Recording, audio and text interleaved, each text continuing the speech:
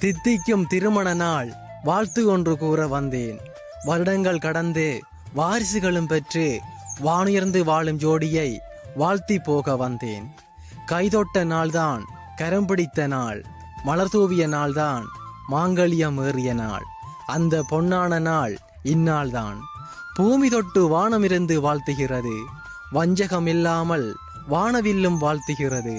வாசம் இழக்காத மலர்களும் வாழ்த்துகிறது, பாசம் மாறாத மக்களும் வாழ்த்துகிறார்கள்.